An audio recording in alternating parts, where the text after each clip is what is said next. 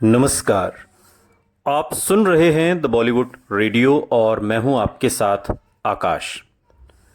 दोस्तों, आज के इस पॉडकास्ट में किस्सा राजेश खन्ना का और जिंदगी के उस दौर का किस्सा है जब एक गीत है जो राजेश खन्ना की ही फिल्म का है। जिंदगी के सफ़र में गुजर जाते हैं जो मकाम वो फिर नहीं आते।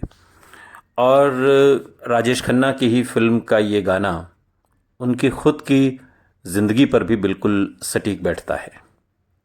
ये वो दौर है जब हर एक अभिनेता आजमाए हुए किरदार ही कर रहा था। राजेश खन्ना ने अपने करियर के सबसे ज़्यादा विभिन्न किरदार किए। उन्होंने मल्टी स्टारर फिल्मों में काम करने से शुरुआत में परहेज किया, लेकिन बाद में नहीं। और दक्षिण भारतीय फिल्मों के रीमेक्स जो दोबारा बनाए गए उन पर भी मेहरबानी बनाए रखी, जो 80 के दशक में ज़्यादातर अभिनेताओं के लिए एक चलन बन गया था। उनके द्वारा की गई रीमिक्स इतनी सफल नहीं थी जितनी जितेंद्र की फिल्में हो रही थीं। और हालांकि उनके फिल्मी ग्राफ में शुरू से ही लोकप्रिय दक्षिण फिल्मों की रीमेक का मिश्रण रहता था, औरत, द ट्रेन, प्रेम नगर, फिर भी जितेंद्र ही इस दौर के हिंदी सिनेमा के पोस्टर बॉय बने, जो भड़कीला, कोलाहल से भरा और एक बेमानी नाम था। स्पेक्ट्रम के दूसरे छोर पर थे अमिताभ बच्चन, जो भी इतने बड़े हो गए थे कि किसी ने ख्वाब में भी नहीं देखा था। ऐसी फिल्मों के बावजूद भी जो अपने विषय के कारण आज पीछे खींचने वाली और महिला द्वेषी लग सकती थी। अमिताभ बच्चन की पर्दे के बाहर शख्सियत इतनी असरदार थी कि वो जो भी करते थे वही अच्छा मान लिया जाता था। एक बाहरी आदमी जो जाने कहां से आया था और जिसने सुपरस्टार राजेश खन्ना के पैरों तले कालीन खींच ली थी। अमिताभ बच्चन इतने उपेक्षित रहे थे कि जब वो आखिर में राजा बन गए तो ये सिर्फ उनकी जीत नहीं थी। राजेश खन्ना से विपरीत उनके स्टारडम ने उनके व्यक्तित्व को जोरदार बनाया। अमिताभ बच्चन के प्रभामंडल ने उनके स्टारडम को हवा दी और जिन लाखों लोगों ने उनके पर्दे पर के एंग्री यंग मैन अवतार के साथ खुद को जोड़ा, उन्हें पर्दे के पीछे उनकी विनम्रता ऐसी लगी जिसके साथ वो तालमेल महसूस कर सके। ये भी एक वजह है कि उस दौर में अमिताभ बच्चन ने जो भी किया उसे सिर्फ स्वीकृति ही नहीं मिली बल्कि सम्मान भी मिला अमिताभ बच्चन को। हालांकि उन्होंने ऐसी अलग अलग किस्म की भूमिकाएं करके जिन्हें उनके साथी अभिनेता कभी नहीं करते। और राजेश खन्ना ने खुद को काफ़ी आजमाया, मगर वो अपने करियर को दोबारा जिंदगी नहीं दे सके। अनिल कपूर, सनी देओल और जैकी श्रॉफ जैसे नौजवान अभिनेताओं की मौजूदगी ने जिंदगी को और भी मुश्किल बना दिया, लेकिन वो कुशलता से अपने को जिंदगी के सबसे व्यस्त चरण में ले आए। 14 फिल्में, विशेष भूमिकाओं समेत 14 फिल्मों के साथ साल 1985 राजेश खन्ना के लिए सबसे बिजी साल था।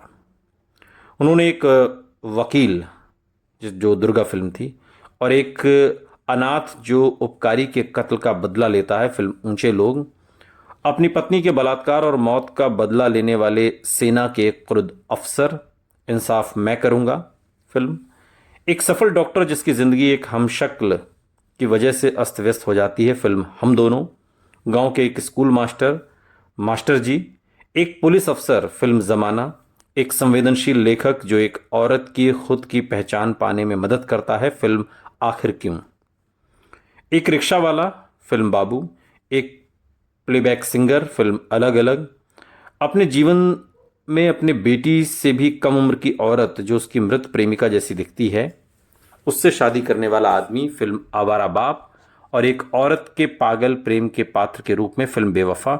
ये वो तमाम किरदार हैं जो राजेश खन्ना ने एक साल में निभाए। एक साल में महीने भी 12 होते हैं और फिल्म आई 14। इनमें से ज्यादातर फिल्में तो तत्काल भुला दी गईं, लोगों को याद भी नहीं। लेकिन आखिर क्यों, मास्टर जी, बाबू, अलग अलग और जमाना, ये चंद फिल्में हैं जिनके गीत, संगीत और कहानी के लिए इन्हें याद रखा गया।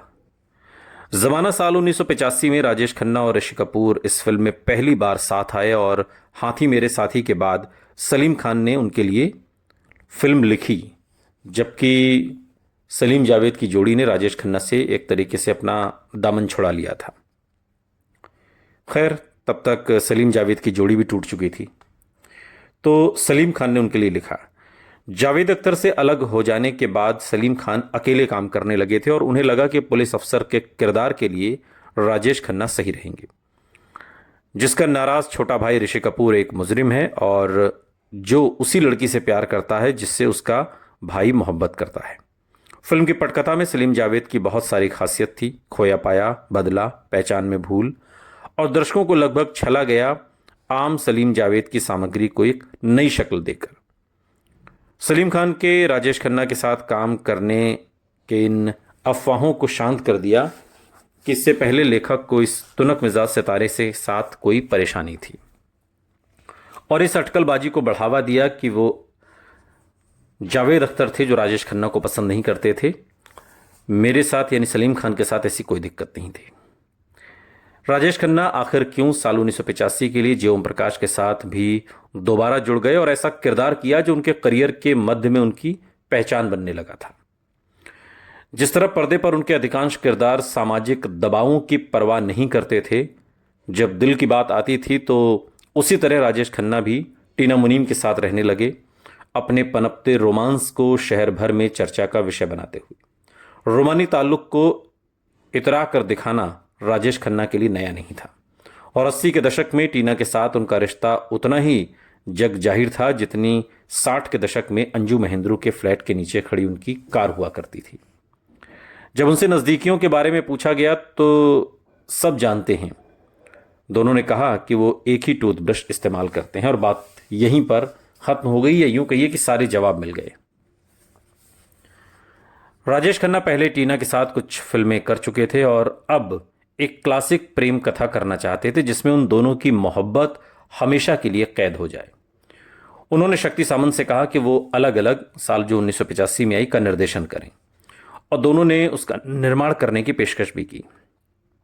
सब जानते हैं कि मोहब्बत इंसान से दीवानगी भरी हरकतें करवाती है, लेकिन एक फिल्म का निर्माण करना उतना बेतुका नहीं था जितना राजेश खन्ना की टीना मुनीम के साथ एक नौजवान प्लेबैक सिंगर की भूमिका करने की ख्वाहिश।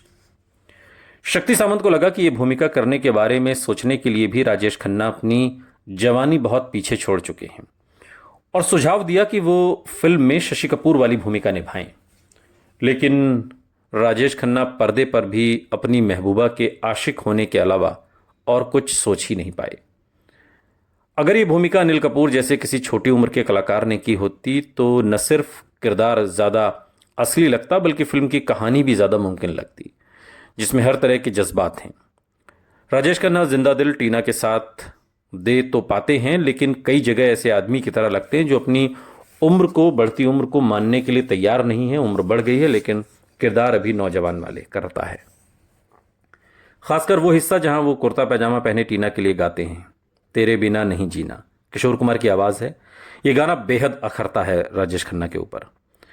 अलग अलग फिल्म के बड़े हिस्से में राजेश खन्ना अधेड़ावस्था के संकट को झेल रहे लगते हैं और अपने नए प्रेम के साथ दर्शकों द्वारा अपनाए जाने के लिए आकुल भी। राजेश खन्ना ने अलग अलग पर फिल्म कर काम करने के लिए शक्ति सामंत के साथ अपने सारे पसंदीदा लोगों को लिया, आर डी बर्मन से लेकर आनंद बख्शी और किशोर कुमार तक, लेकिन किसी चीज़ का फायदा नहीं हुआ। आनंद बख्शी ने कुछ दिल को छू लेने वाले बोल तो लिखे, जैसे कभी बेकसी ने मारा कभी बेखुदी ने मारा, किशोर कुमार की आवाज़ में। और किशोर कुमार जो मेहनताने को लेकर बहुत पक्के थे, जो शायद ही बिना पैसा लिए गाते थे, उन्होंने भी इस फिल्म के लिए पैसा लेने से इनकार कर दिया, क्योंकि आराधना और राजेश खन्ना ने उन्हें एक गायक के रूप में नई जिंदगी दी थी। बाद में राजेश खन्ना ने इस एहसान का बदला चुका दिया और किशोर कुमार के आखिरी निर्माण ममता की छाँव, जो साल 1989 में आई थी, उसमें एक विशेष भूमिका की जो किशोर कुमार की मृत्यु के बाद रिलीज हुई। फिर भी रिलीज होने पर यह सारी सद्भावना अलग अलग फिल्म को बचा नहीं पाई, लेकिन राजेश खन्ना इस बात में तसल्ली पा रहे थे कि टीना के साथ उनके रिश्ते का वो अंजाम नहीं हुआ जो टिकट खिड़की पर अलग अलग का हुआ, यानी कि दोनों ठीक उसी तरीके से काम करते रहे जैसा राजेश खन्ना चाहते थे और निजी जिंदगी में भी दोनों बने रहे। लेकिन महबूबा के लिए राजेश खन्ना ने एक ऐसी फिल्म पेश की जो उनकी उम्र के हिसाब से ठीक नहीं थी। फिल्म अलग अलग किसी नौजवान के साथ बनाई गई होती तो शायद ये फिल्म कामयाब होती, लेकिन ये फिल्म एक औसत दर्जे की फिल्म बनकर रह गई और इससे न तो राजेश खन्ना को फायदा हुआ और न ही टीना मुनीम को। सुनते रहिए द बॉलीवुड रेडियो, सुनता है सारा इंडिया।